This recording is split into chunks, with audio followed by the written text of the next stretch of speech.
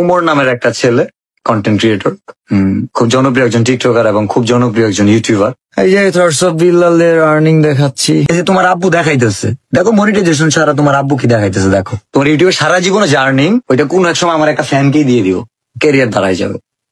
আমার ক্যারিয়ারে 100টা দেশের রাষ্ট্রদূতের সাথে আমার দেখা হয়েছে, কথা হয়েছে। এই ছাগল, আমি প্যারোডি বানাই ইউটিউবে, এই ভিডিও আরেকজনে কাইটা সারে টিকটকে। তোরা টিকটকে দে তার কমেন্টে নিচে গাইলা, টিকটকে দে তোরা ভিডিও বানাত। কারণ মানে আমি ইউটিউবে ভিডিও বানাই, ইউটিউবে খেলো আমার লগে, তা পারবো না। গাইস কেমন আছেন সবাই? আশা করি সবাই খুব ভালো আছেন। এইবার ওমরের সাথে তুমুল ঝগড়া থটস অফ বিল্লালের, মানে রীতিমতো থটস অফ বিল্লালকে সবাই গণধোলাই দিচ্ছে। তো থটস অফ বিল্লাল কোন কারণে তার বাটপাড়ি ধরা পড়লো, তাছাড়াও অন্যদিকে ওমর তাকে কিভাবে রোস্টিং করলো, এমনকি গোটা বাংলাদেশের মানুষ এখন থটস অফ বিল্লালকে গণধোলাই দিচ্ছে ভিডিওতে। তাছাড়াও থটস অফ বিল্লাল ওমরকে কিভাবে গালি দিয়েছে তাও দেখাবো, তাই ভিডিওতে লাইক দিয়ে শেষ পর্যন্ত দেখতে থাকুন। গাইস শুরুতেই কথা বলা যাক, থটস অফ বিল্লাল জনপ্রিয়তা বা সফলতা অর্জন করে এখন সবাইকে বলতেছে কন্টেন্ট ক্রিয়েশন জগতে নাকি সে সবার আব্বা। তাছাড়াও ওমরের নতুন ভিডিওতে তার হৃদয় ভাঙা গর্জনকে ওমর শয়তান ভাঙা গর্জন নামে পরিচিতি দিলে ওমরকে বাজেভাবে কথা বলে। তো সেই ভিডিওটা আপনারা দেখুন। ওমর নামের একটা ছেলে, কন্টেন্ট ক্রিয়েটর, খুব জনপ্রিয় একজন টিকটকার এবং খুব জনপ্রিয় একজন ইউটিউবার, যার ফ্যান বেস অনেক বেশি, অনেক মানুষ তার সাথে কানেক্টেড, অনেক ডাইহার্ট ফ্যান আছে। নেট দুনিয়ায় যদি আমি বলি, বাংলাদেশে ওমরের চেয়ে স্ট্রং ফ্যান বেস কারোরই নাই। থটস অফ বিল্লালের সাথে চ্যালেঞ্জে আসো। এই যে থটস অফ বিল্লালের আর্নিং দেখাচ্ছি। এই যে $5,12,572 স্টার, $5,125 স্টার। আমাকে তো মনিটাইজেশন নাই। দেখো এই যে তোমার আব্বু দেখাইতেছে, দেখো মনিটাইজেশন ছাড়া তোমার আব্বু কি দেখাইতেছে। দেখো মনিটাইজেশন ছাড়া তোমার আব্বা দেখাইতেছে $4,203, $5,04,000 মনিটাইজেশন ছাড়া। ইনকাম করে আসো, রেকর্ড করো। সরাসরি সোশ্যাল মিডিয়াতে এসে ওমরকে এইভাবে থ্রেট করাতে অন্যদিকে ওমর পাল্টা জবাব দেয়। তো ওমর এই টাউটার বিল্লালকে কি জবাব দিয়েছে সেই ভিডিওটা দেখুন। অনেক ভালো ভালো ক্রিয়েটর আছে বাংলাদেশে, ভিউ পায় না ভাই, ভিউ 1 লাখ 1.5 লাখ। কে লেগে তা করে ভিউ দেন না? আমার কি লেগে ভিউ দেন? আমি যদি রোস্ট না করি আমার ভিউ হয় না। এই ব্যাককল আমার যত আমার মানুষ এই রোস্টিং এর লেগে আমার চিনে না, আমার এই ব্যাড ব্রাদার থেকে মানুষ চিনে, আমার কন্টেন্টের লেগে আমার চিনে। প্যারোডি ভিডিও আমি যদি রোস্টিং করতাম না ভাই, এগুলা কান্ত পরের দিনে কান্ত আমার নামে মামলা দিত 5টা, আমি যদি রোস্ট করতাম। এই ছাগল, আমি প্যারোডি বানাই ইউটিউবে, এই ভিডিও আরেকজনে কাইটা সারে টিকটকে। তোরা টিকটকে দে তার কমেন্টে নিচে গাইলা, টিকটকে দে তোরা ভিডিও বানাত। কারণ মানে আমি ইউটিউবে ভিডিও বানাই, ইউটিউবে খেলো আমার লগে, তা পারবো না। ওমর সরাসরি বলছে ইউটিউবে এসে চ্যালেঞ্জ করো। এই খোলা ময়দানে মাজার বানিয়ে বই বিক্রি করে কখনো কন্টেন্ট ক্রিয়েটর হওয়া যায় না। তাছাড়া অন্যদিকে আবার নাসা ভাই বিনোদন, যে কিনা একসময় থটস অফ বিল্লালের সাথে ঘোরাঘুরি করত, সেই নাসা ভাই বিনোদনই এইবার এই টাউটার বিল্লালকে ইচ্ছা মতো ধুয়ে দিল। তুমি পারবে কিনা জানি আমি, তাও স্বপ্ন আমার একটাই, এই ট্রেন্ড কাজে লাগিয়ে হাজার হাজার পিস তাবিজ বিক্রি করতে চাই। ভালোবাসে বিয়ে করেছে কয়জন, সবই তো খাওয়া দেওয়ার গর্জন।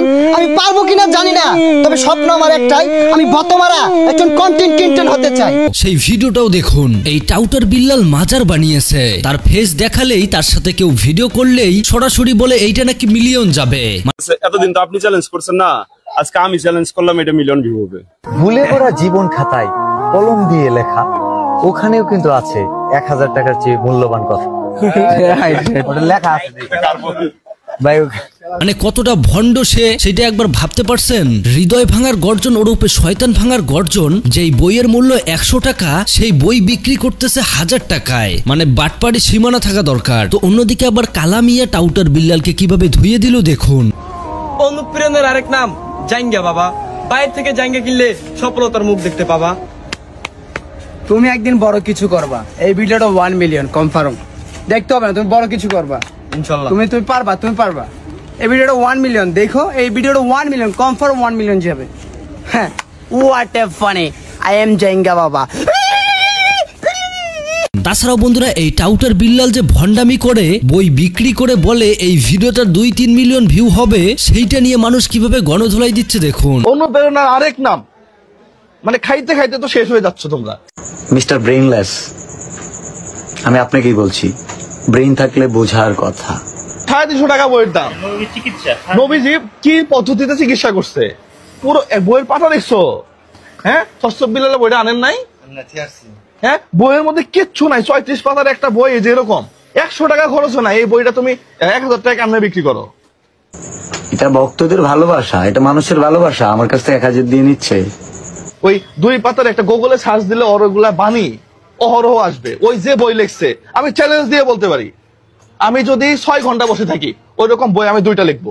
তো বেল্লাল কবির হৃদয় ভাঙা গর্জন থেকেই এখন মানুষ অনেকেই অনেক রকম বই লিখতেছে আর সেগুলো দিয়েই কন্টেন্ট বানাচ্ছে।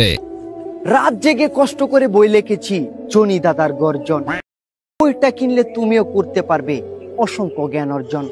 জনি দাদার লুক বালু, তার মাথায় নেই চুল, তাই তো সে করে না কখনোই কোনো ভুল। যদি জনি দাদার মতো তুমিও জ্ঞান অর্জন করতে চাও তাহলে মাত্র 1000 টাকা দিয়ে আমার কাছ থেকে বইটা কিনে নাও। তো থটস অফ বিল্লালের এই 1000 টাকা বই বিক্রি করা নিয়ে গোটা দেশ এখন এইটার প্রতিবাদ করতেছে, এমনকি হাতে লিখলে নাকি বই 10,000 টাকায় বিক্রি করতেছে এই বিল্লাল। মানে ভাই এখানে কি লিখতেছে এগুলো? এটা লিখতেছি এই বইটা ওই যে 10,000 টাকা একটা অর্ডার আছে, মানে আমি হাতে লিখতেছি। যেই বইয়ের মধ্যে খালি 3-4টা লাইন, 1 পৃষ্ঠার মধ্যে আর কিছু নেই, সেইখানে বাটপাড়ি শুরু করে দিয়েছে এই টাউটার বিল্লাল। তো প্রিয় দর্শক, পুরো ভিডিও দেখার পর আপনাদের মূল্যবান মতামত কি আপনারা অবশ্যই কমেন্ট করে জানাবেন। দেখা হবে পরবর্তী ভিডিওতে। আল্লাহ হাফেজ।